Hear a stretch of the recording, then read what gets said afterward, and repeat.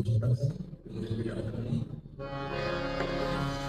शंकर शंकरा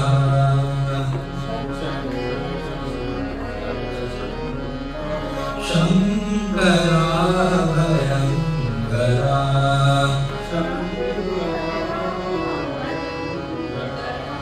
पाहि मां कृपाकरा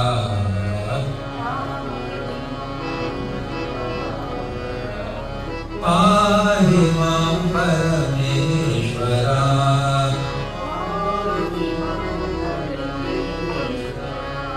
पाहि मां जगदीश्वरा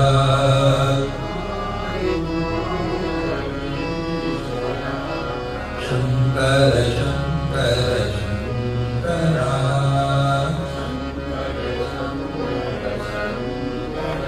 हर शंकरा अभयंकरा हे हर पार्वती पते हर हर महादेव। ओम पार्थाय प्रतिबोधिता भगवता नारायणेन स्वयं व्यासेन ग्रथितां पुराणं मध्ये महाभारतम् अद्वैतामृतवर्षिणीं भगवतीम् अष्टादशाध्यायिनीम् अम्ब त्वामनुसन्दधामि भगवद्गीते भगवद्वेषिणी।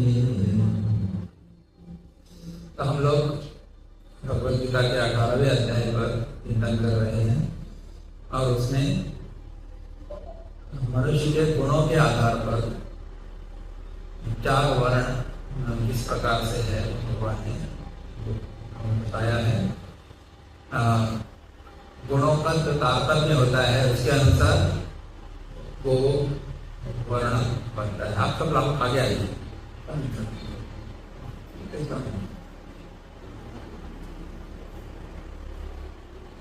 तो ब्राह्मण का जो वर्ण है तो उनमें सत्वगुण सबसे प्रधान होता है, बाद में रजोगुण होता है और बाद में तमोगुण होता है। सबसे कम तमोगुण है। जो क्षत्रिय है उसमें रजोगुण सबसे अधिक होता है, फिर सत्वगुण है और लास्ट में तमोगुण होता है। जो वैश्य है उनमें रजोगुण सबसे अधिक है, बाद में तमोगुण आता है और लास्ट में रजोगुण है। और जो शूद्र है उनमें सबसे अधिक तमोगुण होता है, बाद में रजोगुण होता है और बाद में सत्वगुण। सबसे अधिक तमोगुण है, सबसे कम सत्वगुण है। तो फिर इन सब लोगों के कर्म किस प्रकार से होते हैं? हाँ, तो शास्त्रों ने इनको कौन से कर्म बताए हैं? ये हमने कल 2 वर्णों के कर्म बताए हैं। ब्राह्मणों के 9 गुण बताए थे उनके। तो श्लोक हमने जो देखा वो हम लोग पढ़ते हैं 41, 42, 43 एक साथ पढ़ेंगे सब के साथ। वहाँ की किताब है, देखिए 18th चैप्टर श्लोक नंबर 41। ब्राह्मण क्षत्रिय विशाम शूद्राणां च परन्तप कर्माणि प्रविभक्तानि स्वभाव प्रभवैर्गुणैः शमोदमस्तपः शौचं शान्तिरार्जवमेव च ज्ञानं विज्ञानमास्तिक्यं ब्रह्मकर्म स्वभावजं शौर्यं तेजो धृतिर्दाक्ष्यं युद्धे चाप्यपलायनं दानमीश्वरभावश्च छात्रं कर्म स्वभावजं कृषि। ये हमने कल यहाँ तक हमने देखा था 48। तो कल ब्राह्मण के स्वभाव में कौन से कर्म बताए हैं? तो यहाँ पे उन्होंने सद्गुण ही बताए थे। इसमें शम है, मन का निग्रह है, दम है, इंद्रियों के ऊपर कंट्रोल होना चाहिए। फिर शौचम है, अंतर बाह्य शुद्धि होनी चाहिए, मन में भी शुद्धि हो और शरीर में भी शुद्धि हो। ऐसे शांति ही, शांति का मतलब क्या है? तो क्षमा कर देने का जो गुण है वो शांति कहलाता है। आर्जवम यानी सरलता, स्ट्रेट फॉरवर्डनेस जो है, मन में कोई खोट न रखना, सरल भाव से सबको कहना पड़ा नहीं, सर्वा गाड़ी होता है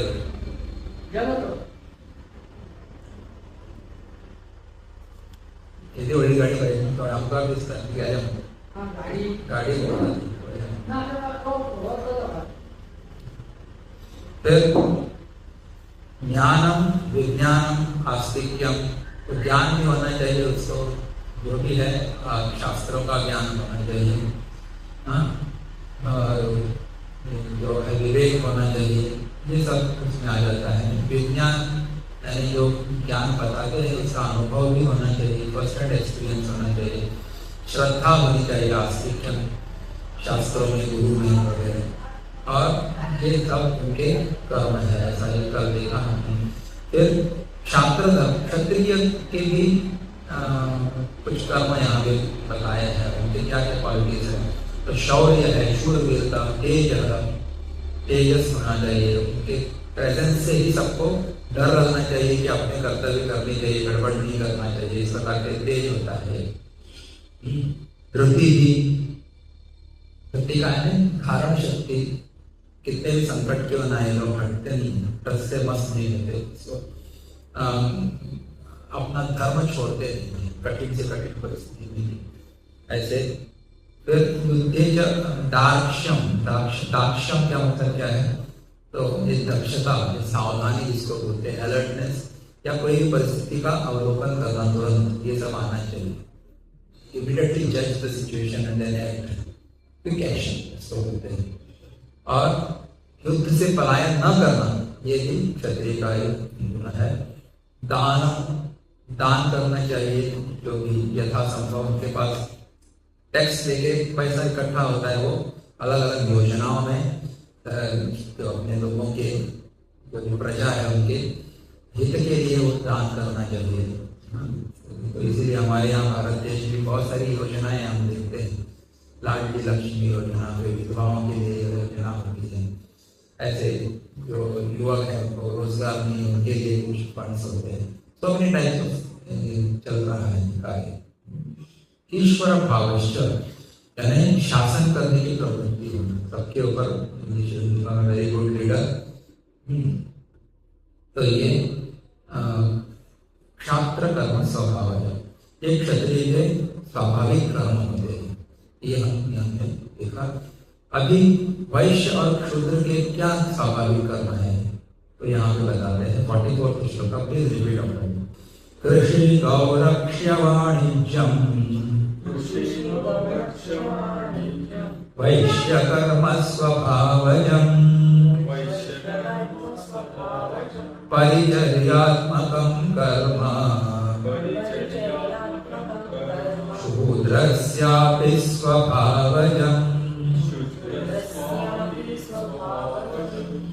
कृषि गौरक्ष्य वाणिज्यम् वैश्य कर्म स्वभावजम् परिचर्यात्मकं कर्म शूद्रस्यापि स्वभावजम्। तो एक वैश्य का क्या कर्म है, स्वाभाविक कर्म, क्षत्रिय शूद्र का, ये दो बताया था। तो इनके लिए बताया है कृषि गौरक्ष और वाणिज्य, खेती करना है उन्होंने, तो जो भी प्रजा है, लोग है, खेती करके अनाज उगाना, तो उनके पेट का पालन करना है। तो जो भी अनाज है, चावल है, गेहूँ है, अलग अलग प्रकार की खेती होती है। फिर गौरक्ष, गायों की रक्षा करना, और वाणिज्य व्यापार करना, कॉमर्स। वैश्य कर्म स्वभाव है, ये वैश्यों के स्वाभाविक कर्म है। अरे शूद्र के क्या है? परिचर्यात्मकम शूद्रस्य अपि स्वभावजम् कर्म, तो चारों वर्णों की सेवा करना, ये किसका कर्म है? स्वाभाविक शूद्र है, उनका ये कर्म बताया गया है। अभी यहाँ पे बताए खेती करना, और गायों की रक्षा करना, और वंश गायों का जो वंश है उसकी उसका विस्तार बढ़ोतरी होनी चाहिए, उसके लिए प्रयत्न करना। और फिर खेत से जो भी अनाज उगता है उसका व्यापार करना चाहिए, they should sell it and make profit also, correct. तो ये किसका कर्म है? वैश्यों का कर्म है, वैश्य। तो ये किसान भी वैश्य है।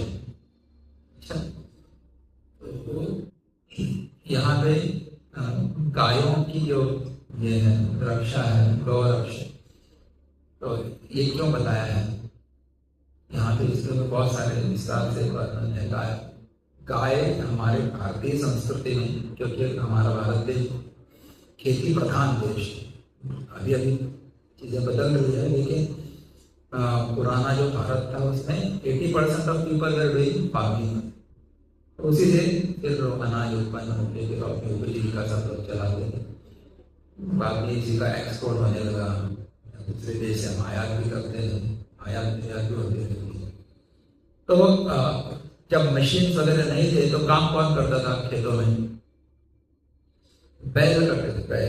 अच्छा, अब बैल उत्पन्न किससे होते थे? गाय से उत्पन्न होते हैं। बोले एक गाय पालेंगे ना तो उससे वो बछड़ा भी आएगा, वो बैल होगा, फिर वो खेती में उसको लगा लेते थे। तो गौ रक्षा का मतलब है गो वंश की रक्षा, और उसका तो प्रजनन वगैरह जो है मल्टीप्लाई करना, वो एक है। उससे दूध उत्पादन होता है, दूध, मिल्क एंड मिल्क प्रोडक्ट्स इसको बोलते हैं। दूध है, दही है, फिर प्रोटीन उससे बनता है, घी बनता है, तो नहीं पनीर वगैरह। तो इससे भी इसका बहुत बड़ा मार्केट है, भारत के लोग तो ये सब खाते हैं, इसलिए वैश्यों का ये काम था। गायों की रक्षा करते थे, और खेती में हल चलाने के लिए जो बैल ही सबसे उपयुक्त प्राणी है, ऐसा कहते हैं। तो भैंसा भी नहीं है, भैंसे और बैल में क्या साम्य है और क्या अंतर है? बोले बैल जो है, भैंसा है, वो उसमें स्टेमिना तो होता है बैल की तरह, लेकिन वो हीट गर्मी को सहन नहीं कर सकता। तो इसलिए हम देखते हैं जो भैंस वगैरह होती है वो कीचड़ में बैठती है ना, जैसे वहाँ बैठ के वहाँ पे पड़े रहते हैं वो कीचड़ में, उनको ठंड चाहिए, ठंडक चाहिए, गर्मी सहन नहीं होती। लेकिन बैल जो है वो गर्मी में भी क्या करता है, खेत में वो हल चलाने में मदद करती है अपनी तरफ से। तो दैट इज वन डिफरेंस।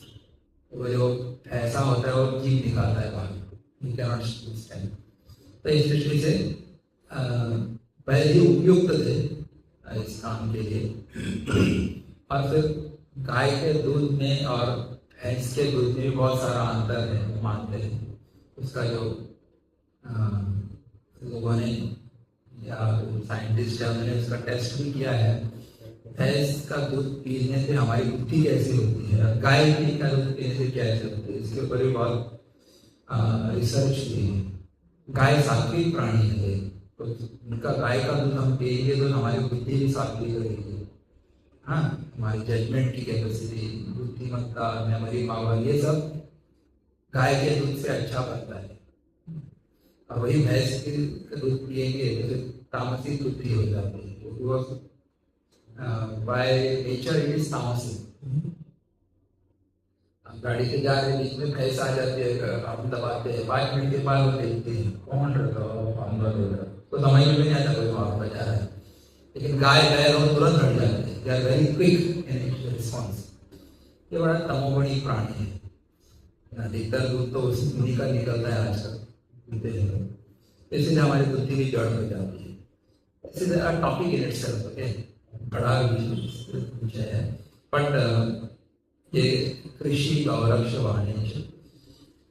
तो फिर कृषि करना, खेती करना, गायों की रक्षा करना। गायों की रक्षा से मतलब ये भी है कि गाय वृद्ध भी हो जाए तो उसको नहीं मारना है, उसको नहीं काटना है, उनकी रक्षा कर, बीमार गाय की भी रक्षा करो, ये वैश्यों का करना।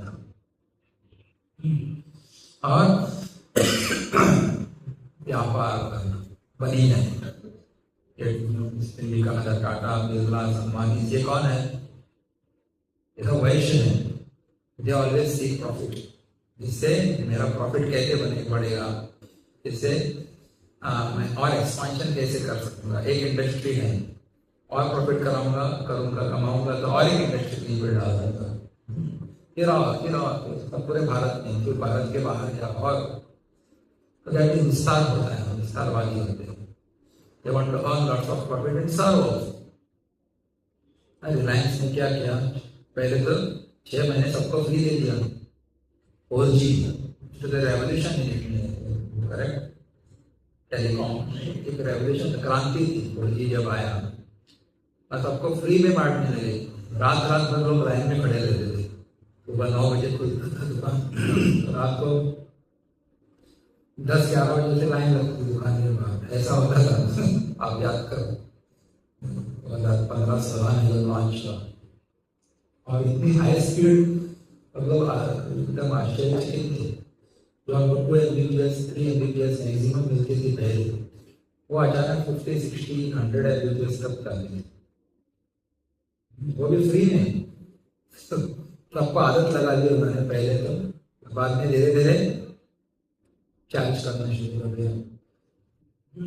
और अभी इतने हर और पूरे टेलीकॉम इंडस्ट्री को क्या कर रहा है, गवर्न कर रहा है, प्रभावित करता है। वो रेट बढ़ाता है तो बाकी लोग बढ़ाते हैं।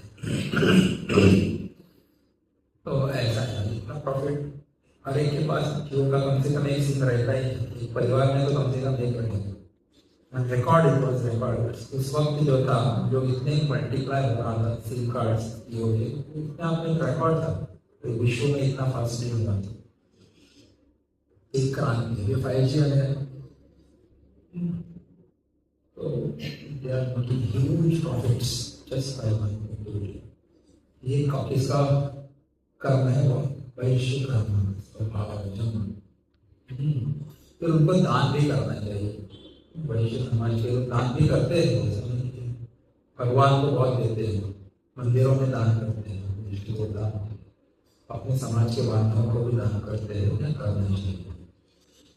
यस, यहाँ पे गाय के गोबर के बारे में भी बताया गया है। एक कथा यहाँ पे आई है। एक बार क्या हुआ कि एक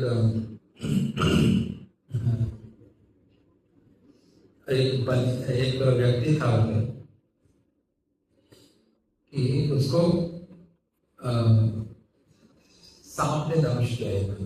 लोगों को लगा कि मर गया, तो सब लोग उसको भी जलाने के लिए लेके जाने लगे। तो रास्ते में एक साधु मिला, बोले क्या हो गया इसको? बोले मर गया। कैसे?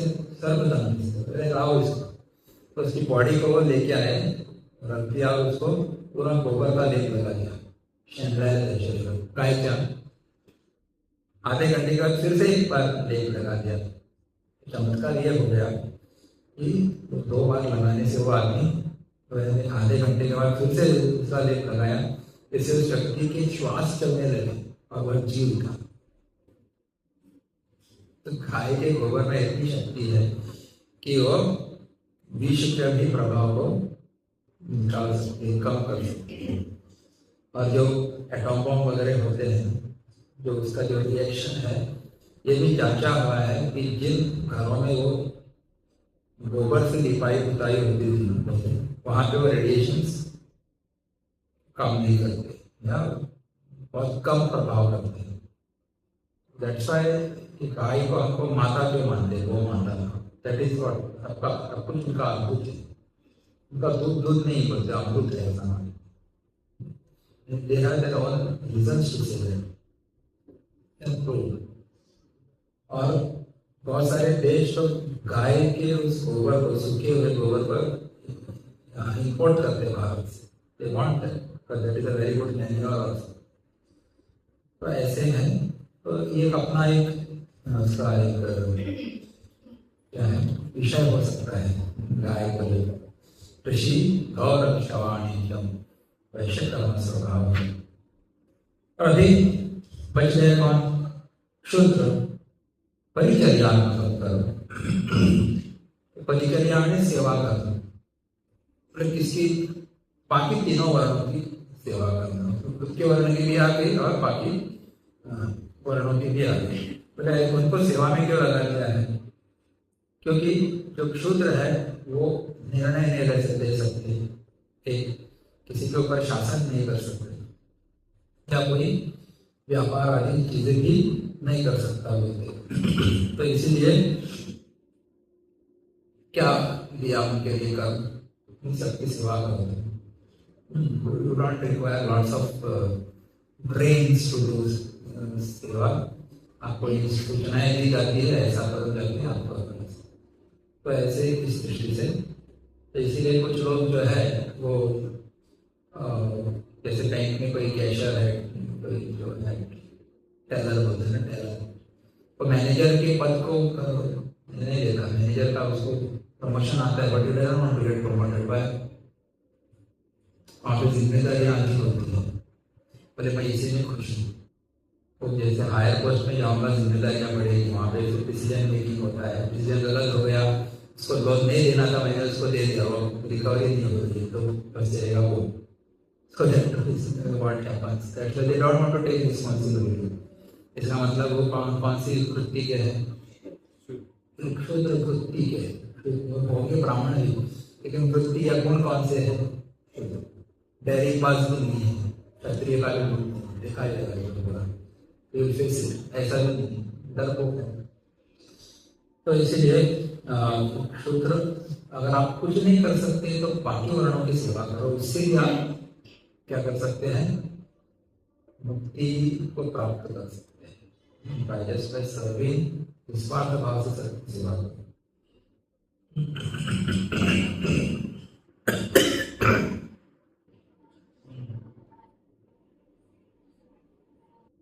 यहाँ पे एक प्रश्न आता है जस्ट आप चिंतन के लिए। एक शंका पैदा हो सकती है कि भगवान ने चारों वर्णों की उत्पत्ति में सत्व, रज और तम इन तीन गुणों को कारण बताया, उसमें तमोगुण की प्रधानता से शूद्रों की उत्पत्ति बताई, और गीता में जहाँ तमोगुण का वर्णन हुआ वहां पर उसके अज्ञान, प्रमाद, आलस्य, निद्रा, अप्रकाश, अप्रवृत्ति और मोह ये 7 अवगुण बताए। कहाँ पे बताए हैं? 14वें अध्याय। तमोगुण से कौन है? शूद्र। शूद्रों का विशेषता क्या है? तमोगुण प्रधान है, और उनमें ये सब अप्रवृत्ति, जो सब क्वालिटीज जो उनके जो है ना, अज्ञान, प्रमाद, आलस्य, निद्रा, ये सब उनमें है। अतः ऐसे तमोगुण की प्रधानता वाले शूद्र से सेवा कैसे होगी? प्रश्न समझ में आया? सबकी सेवा करने का काम किसको दिया? शूद्र को। लेकिन उसमें सब ये सब गुण है या कमियां हैं, आलस्य है, तमोगुण है, अप्रवृत्ति है, निद्रा है। How can they serve the other people? क्योंकि वह आलस्य, प्रमाद आदि में पड़ा रहेगा, तो सेवा कैसे करेगा? सेवा बहुत ऊंचे दर्जे की चीज है। ऐसे ऊंचे कर्म का भगवान ने शूद्र के लिए कैसे विधान किया?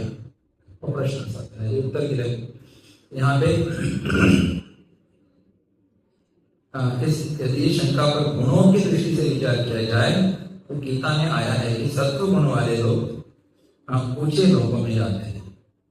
ऊर्ध्वं गच्छन्ति सत्त्वस्थाः, पहले कहा त्यांच्या भीतर सत्वगुण चढ असतात, त्या मिळाल्यानंतर तेव्हा त्या ऊर्ध्वलोक तपास सकते हैं, यानी ब्रह्मलोक तक भी जा सकते हैं, स्वर्गलोक, पितरलोक, ये ऊपर के लोग हैं, वहाँ की सत्गति होती है, ऊर्ध्व गति होती है। तो तमोगुणी लोग कहाँ जाते हैं? अधोगच्छन्ति तामसः, नीचे नीचे जाते हैं, पशुवनी वगैरह, जब नरक पशुवनी उसमें जाएंगे। लेकिन जिनमें रजोगुण होता है वो कहाँ पे जाते हैं? मध्य तिष्ठन्ति। मध्य तिष्ठन्ति का मतलब क्या है? यानी वो पृथ्वी लोक पे आ जाते हैं। पृथ्वी लोक में भी मनुष्य लोक, हाँ, सत्वलोक प्रधान होता है तो देव आदि की योनियां प्राप्त होती है।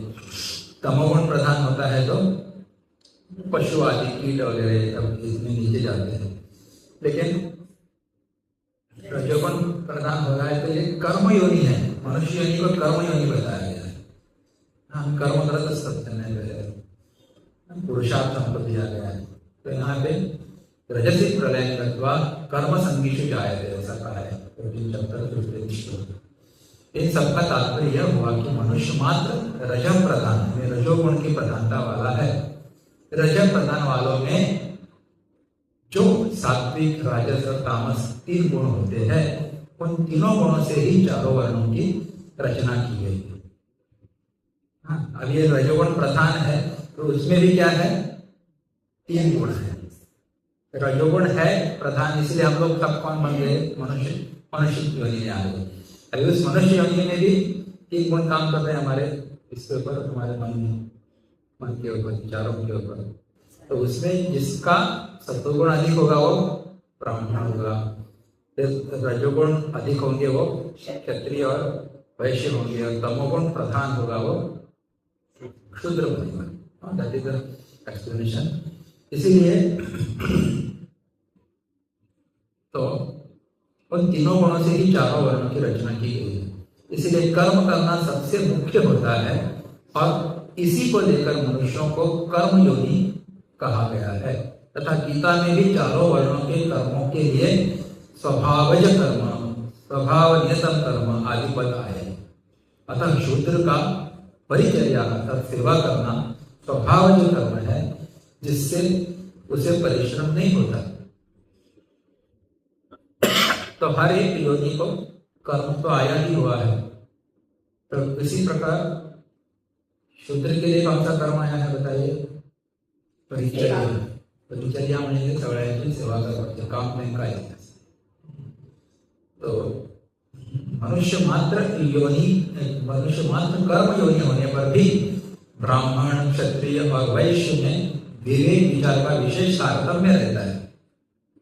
ब्राह्मण ये 3 लोग हैं ना, पहले 3 वर्ण है, उनमें विवेक विचार कसे करावे बैलेंस असं म्हणतात। हाँ, और शुद्धि भी रहती है, परंतु शूद्र में मोह की प्रधानता होने से उसमें विवेक बहुत दब जाता है। इस दृष्टि से शूद्र के सेवा कर्म में विवेक की प्रधानता न होकर आज्ञा पालन की प्रधानता रहती है। आज्ञा समन सुसाहिब सेवा। इसलिए चारों वर्णों की आज्ञा के अनुसार सेवा करना, सुख सुविधा जुटा देना शूद्र के लिए स्वाभाविक होता है। तो शूद्र के लिए फिर ज्यादा सोचना, निर्णय लेना, डिसीजन मेकिंग, पॉलिसी मेकिंग, हाँ, ये सब डिफिकल्ट है। बट वो क्या कर सकता है, उसको सिर्फ काम बताएंगे। निर्णय किसी ने ले लिया है, जैसे अभी हमारे डांबर डाल रहे हैं, किसी का क्लास ले रही है, पहले हमने किसी सुपरवाइजर को कहा हमारा डालना है, पहले नहीं। तो हम अप्रोच सिविल इंजीनियर से बात की, फिर वो यहाँ के आमदार के मंत्री के बेटे से बात की, तो वहाँ से जब इंस्ट्रक्शन गए तो उनको काम करना पड़ा। अच्छा, काम किसने किया, मैंने सुपरवाइजर ने नहीं किया, वो काम करने वाले कौन थे, शूद्र कहेंगे हम। तो उनका काम क्या है, बस काम करना है, वहाँ पे डिसीजन दे रहा है। They should get decision from higher authorities. They cannot decide. क्योंकि अगर वो खुद डालने जाएंगे तो उनको प्रश्न पूछ सकता है, पढ़ नहीं डाल दो, झगड़ा लो। अब उनकी भी हायरार्की होती है। झाड़ू मारने के लिए तो स्त्रियां आई वहाँ, उनको एक टीम अलग है। फिर जो क्या बोलते हैं, वो बड़ा मशीन जो तार उसमें से निकलता है, हॉट मिक्स, वो डालना, उसके लिए अलग से मशीन है और ऑपरेटर है उसके। फिर वो जहाँ जहाँ साइड में चला जाया है, बाहर है, अंदर है, वो देखने लाइन से आ रहे हैं कि नहीं, वो शौर्य लेते रहते हैं, थोड़ा लेके वो अलग टीम रहती है। फिर रोड रोलर लेके और ही आता है। अरे सुपरवाइजर का काम क्या है, सब ठीक हुआ कि नहीं, कहीं छूट तो नहीं गया, कहीं खड्डा तो नहीं गिरा, कहीं ज़्यादा कम नहीं हुआ, हाइट वगैरह लेवल है कि नहीं। He has to see that everything is done. Full inspection किसको करना होगा, जो उनका कॉन्ट्रैक्टर है, उसके भी ऊपर वो एग्जीक्यूटिव इंजीनियर बैठा होगा, मेरी उसके ऊपर मंत्री होगा वो, हाँ, वो पहले हमारे जो पर्रिकर जी है वो पहले तो जाके रात को 12-1 बजे को इंस्पेक्शन करते थे। He was the chief minister, that kind of person he was. पर उनको देखना था कि काम ठीक हो रहा है कि नहीं। इलेक्शन थे आईएएस का और काम को देखो बड़ी जो क्या हुआ था फेस्टिवल फर्स्ट टाइम हुआ, एवरीबॉडी नोस। तो एक हायरार्की है और अपना अपना एक निश्चित काम होता है, तो शूद्र के लिए वो काम दिया गया है। उसमें कोई डिस्क्रिमिनेशन तो नहीं है, उसका तुच्छ भाव नहीं है। वो नहीं होते तो कौन करता, उनको भी चाहिए, उनका भी काम उतना ही जरूरी है जितना कि जो ऊपर का प्लानिंग वाला व्यक्ति है उसका है। Everybody has equal role to play in the full completion of the project. So this is important. तो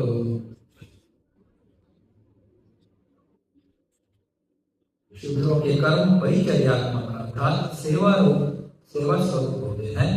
उनके शारीरिक, सामाजिक, नागरिक, ग्रामीण आदि सबके सब कर्म ठीक तरह से संपन्न होते हैं, जिनसे चारों ही वर्णों के जीवन निर्वाह के लिए सुख सुविधा, अनुकूलता और आवश्यकता की पूर्ति होती है। चारों वर्णों की सेवा उनके द्वारा होती है, उनका कर्म भी बहुत इम्पोर्टेंट है। कल हमने देखा था कि अगर वो सफाई वाले लोग नहीं आते समझो तो हालत क्या हो जाएगी हमारे शहर की। सब जगह पे गंदगी फैल जाएगी। एवरीडे वो आके सब निकाल रहे हैं, इसलिए हमारा परिसर जो है हमारा शहर ग्राम तो रहने के जैसा रहता है। अदरवाइज इतना पर तो खर्च हो जाएगा।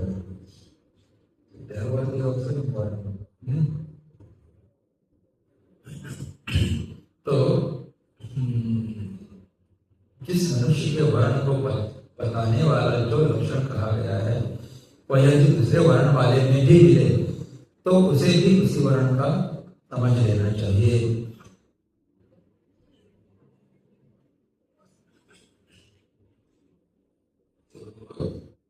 कभी कभी एक वर्ण का जो गुण बताए हैं वर्ण के लिए वो कभी दूसरे वर्ण के व्यक्ति में भी पाए जा सकते हैं।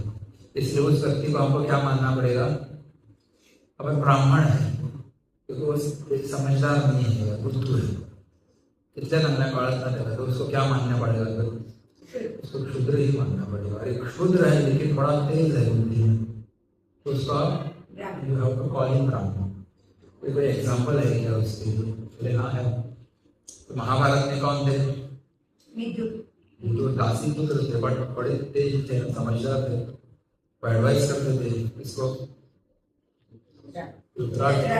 थोड़ा नीतिमत्ता का वही तो बार बार जाके बताते थे। उन्होंने कहा था उस दुर्योधन को मारो, वो तुम्हारे वंश का नाश करेगा, मार देगा। जन्माच्या वेळेला सांगितलं मारून पडेल, बट वो तो मोहवश थे, कैसे मारते। महाभारत में युधिष्ठिर और नहुष के संवाद में आया है कि जो शूद्र आचरणों में श्रेष्ठ है उस शूद्र को शूद्र नहीं मानना चाहिए, और जो ब्राह्मणोचित कर्मों से रहित है उस ब्राह्मण को ब्राह्मण नहीं मानना चाहिए। अर्थात वहाँ कर्मों की ही प्रधानता दी गई है, जन्म की नहीं।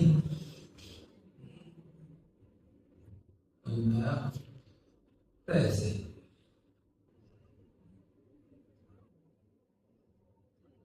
पुरानी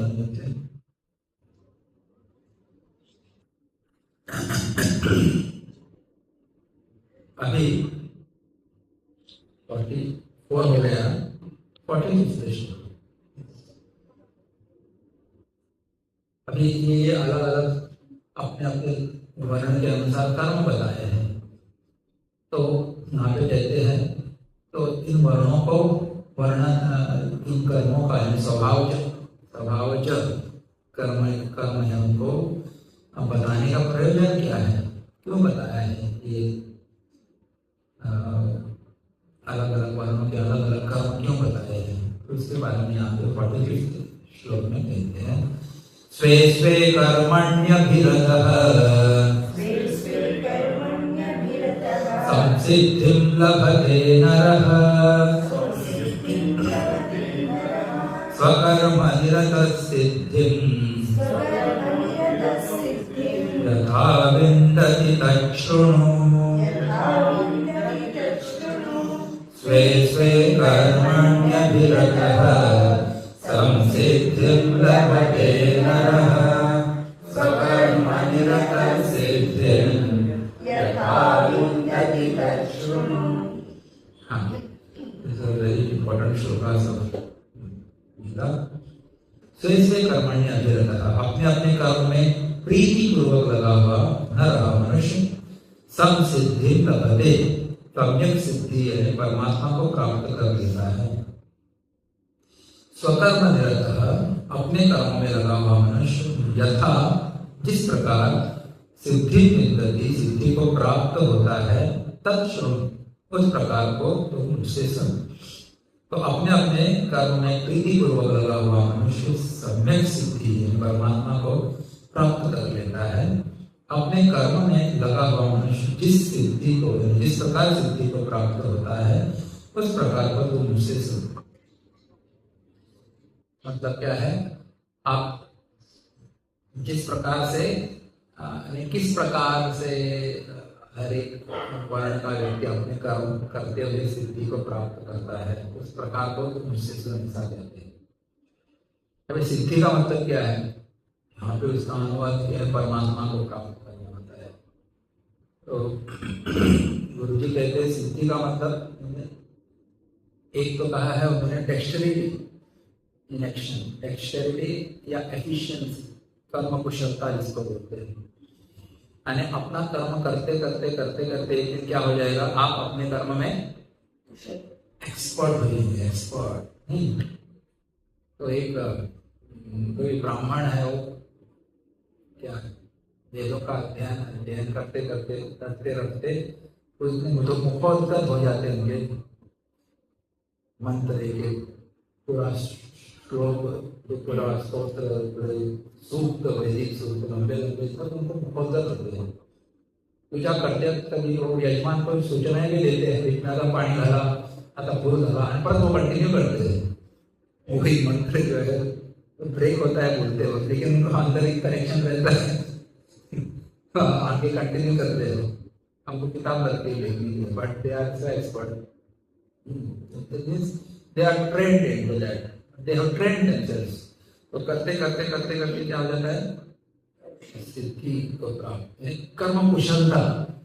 practice makes man perfect, but practice should be perfect. Perfect practice only can make man perfect. If you do perfect practice, then you will remain perfect. त्या खातीर वैदिक क्लासीन तापोवन खाता तेणी चुकीचें म्हणलें आनी चुकीचें तोंडाक बसलें जाल्यार कितें जातलें, तेच संवय उरता आमगे खूब तापोवन खावचें पडटा। प्रैक्टिस भी सही होनी चाहिए। वैसे जो व्यापारी लोग होते हैं वो भी अपने इसमें बड़े एक्सपर्ट होते हैं। एक बार ऐसे बोले सिचुएशन था, किसी को दूसरे ग्रह पे भेजना था या फिर चांद पे ऐसे कुछ भेजना था ऊपर, तो 3 लोगों को बोले सिलेक्शन हुआ, जाते हो क्या?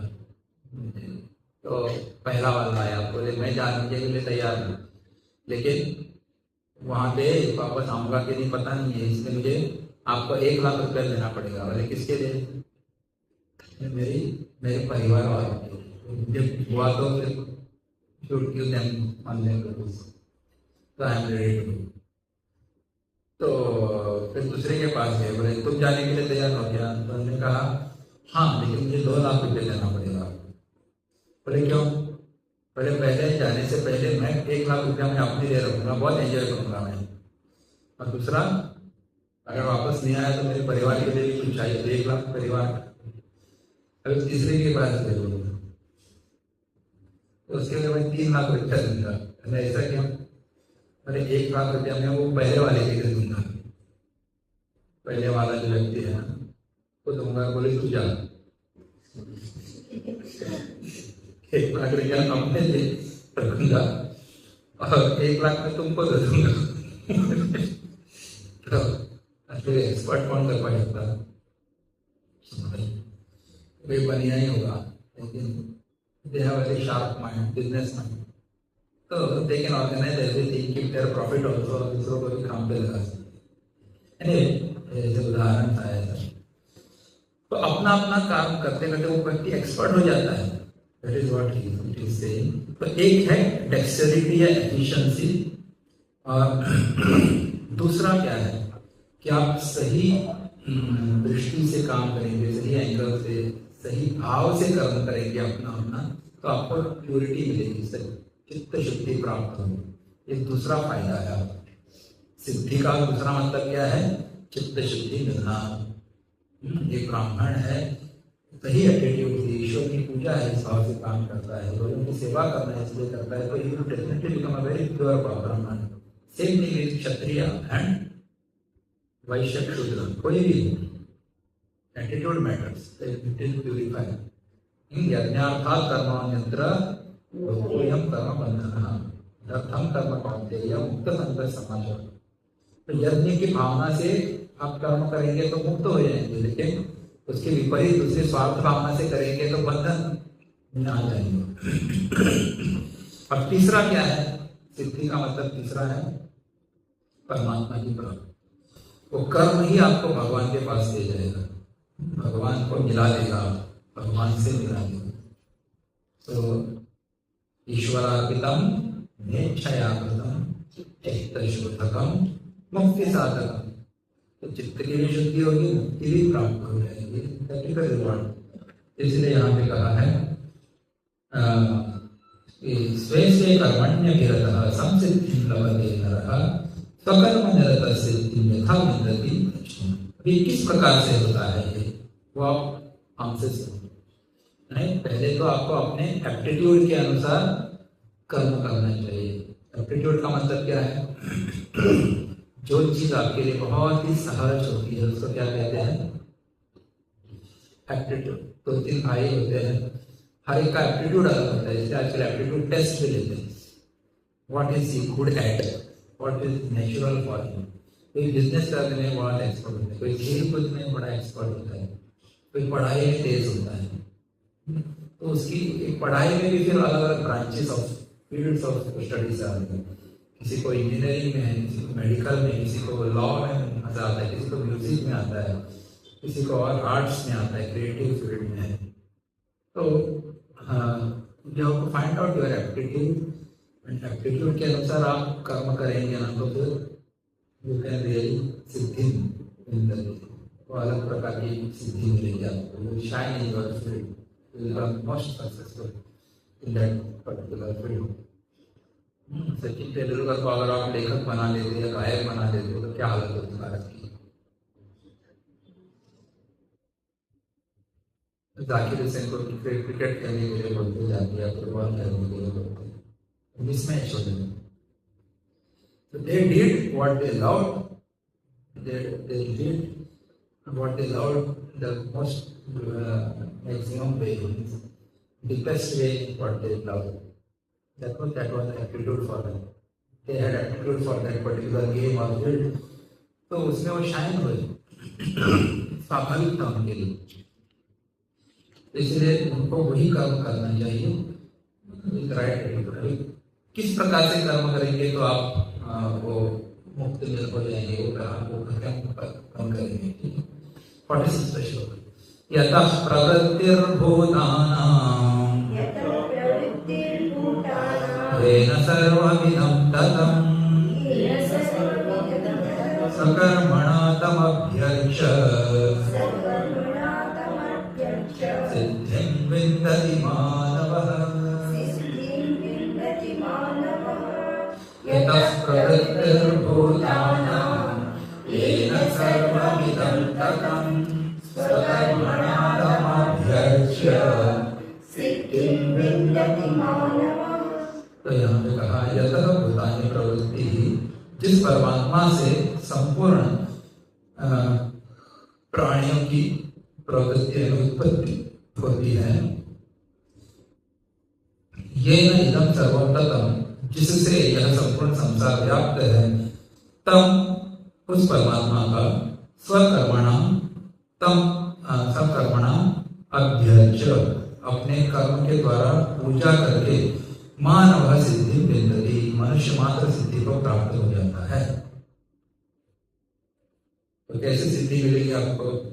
जिस परमात्मा से संपूर्ण प्राणियों की उत्पत्ति होती है, जिससे यह संपूर्ण संसार व्याप्त है, उस परमात्मा का अपने कर्म के द्वारा पूजन करके मनुष्य मात्र सिद्धि को प्राप्त हो जाता है। तो सिद्धि को प्राप्त करने के लिए क्या करना चाहिए कि अपना कर्म भगवान को अर्पण करना चाहिए। तो भगवान कौन है? जिससे ये संपूर्ण प्राणी उत्पन्न हुए हैं, मनुष्य उत्पन्न हुए हैं, हाँ, सृष्टि उत्पन्न हुई है, जो सबका कारण है, primordial cause for everything created, the creator actually, और क्रिएटर है इसीलिए वो सब में व्याप्त भी है। अच्छा, इसलिए सर्वम ततम ऐसा कहा है, तो संपूर्ण संसार से व्याप्त है, इस परवेडिंग एवरीथिंग। तो उस परमात्मा की पूजा करना है। तो कैसे? कर्म के द्वारा। तो कर्म की द्वारा पूजा कैसे करनी है? तो आप जहां भी है, जिस कर्म में आप लगे हुए हैं, उसको ये मानना है कि ये मेरा कर्म भगवान की सेवा है, भगवान की पूजा है। That is the highest thing what you can do. हम पहले जब कोई कंपनी में कोई काम करता है, तो क्या करता है? इस दृष्टि से करता है, जॉब है, job for me, that's why I am working for me. तो उसको कोई कंटाला आता रहता, पैसा एक महीना का पूरा मुझे कब पगार मिलेगा, दैट इज ओनली कंपनी का फायदा हो या ना हो, but I should get my salary, that is the first attitude. फिर दूसरा, थोड़ा सा ग्रो हो जाता है, मैच्योरिटी बढ़ती है, तो बोलता है कि it is my duty to work in this company because company is giving salary. मेरा कर्तव्य है कि अपनी सेवा अच्छी तरह से दे। थोड़ा सा हायर चला गया। तीसरा क्या है कि मेरे काम से कंपनी का फायदा होना चाहिए। कंपनी का फायदा होगा तो उसका फायदा मुझे भी मिलेगा। और कंपनी क्या कर रही है? सब लोगों के लिए प्रोडक्ट्स बना रही है, तो मैं अच्छा काम करूंगा तो उसका फल क्या मिलेगा? प्रोडक्ट भी अच्छा बनेगा, जिससे लोगों की सेवा हो जाएगी। So I should give my best so that the product becomes good and सबके लिए वो प्रोडक्ट फिर क्या अच्छा होगा। गड़बड़ प्रोडक्ट, सब स्टैंडर्ड प्रोडक्ट नहीं होता, वेरी गुड स्टैंडर्ड प्रोडक्ट। और चौथी बात क्या है? काम करते करते ये काम केवल एक मेरे बॉस की सेवा नहीं है, लेकिन इससे मैं सबके हृदय में बैठे हुए भगवान की सेवा कर रहा हूँ। ये मेरी पूजा है। वर्क इज वर्शिप, और worship of home, worship of Narayan. क्योंकि सबके हृदय में कौन बैठे हैं?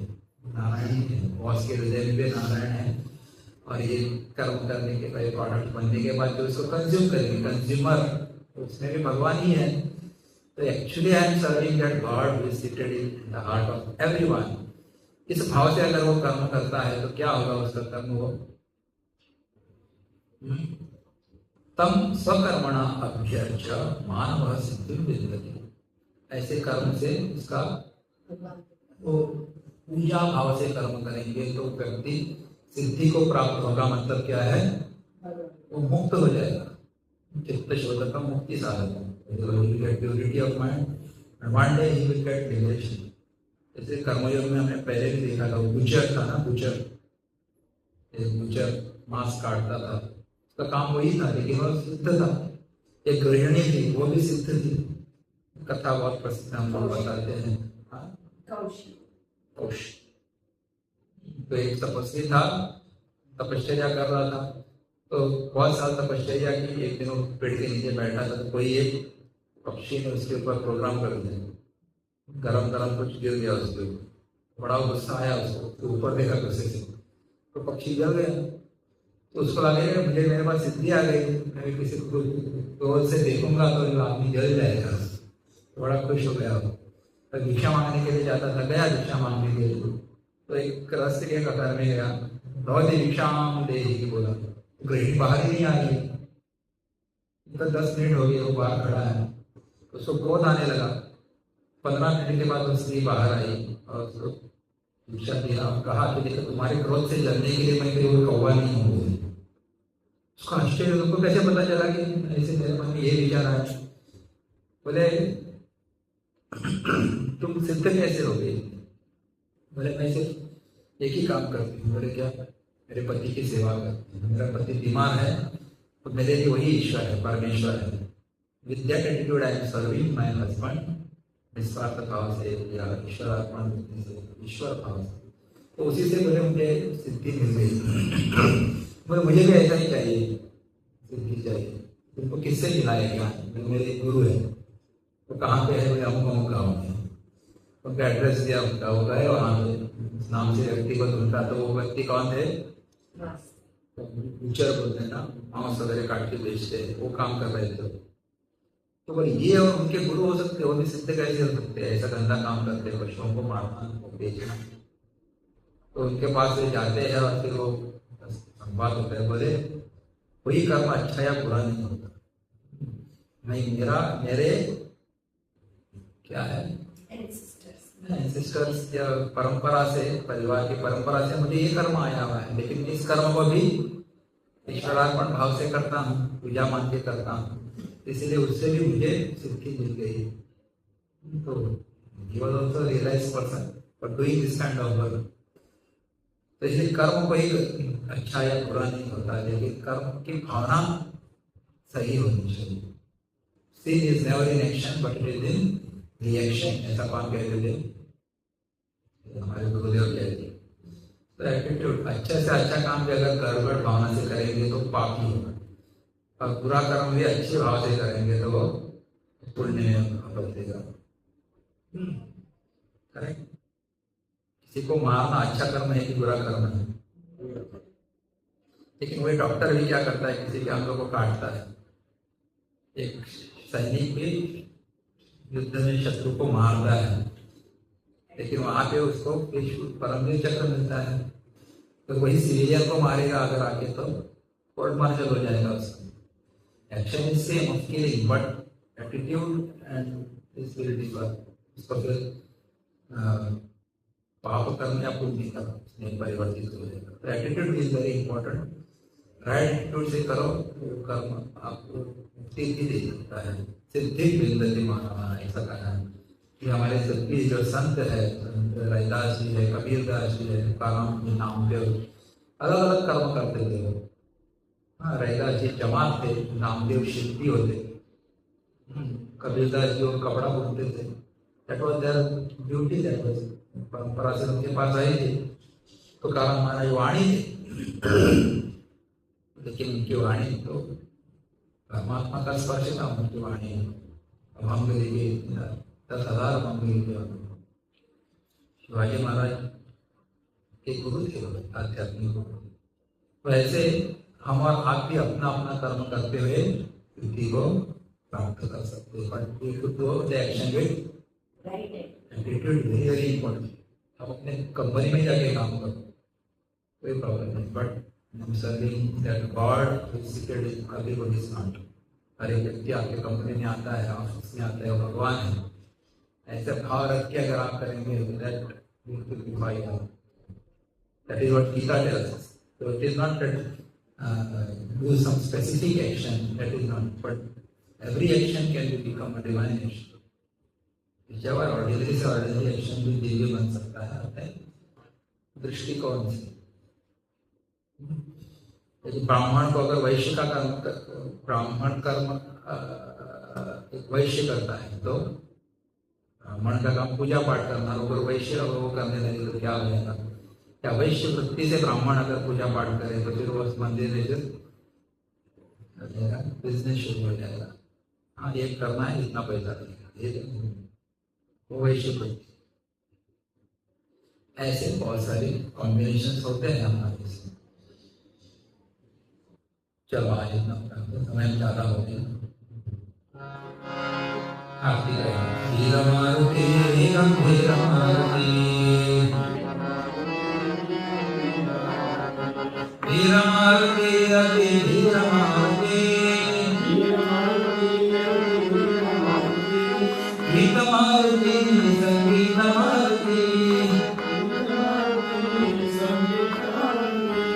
दूत मारुति रामदूत मारुति,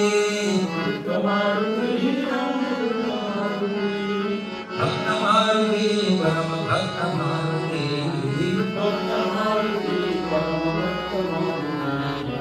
धीर मारुति गंभीर मारुति, गंभीर मारुति, गंभीर मारुति।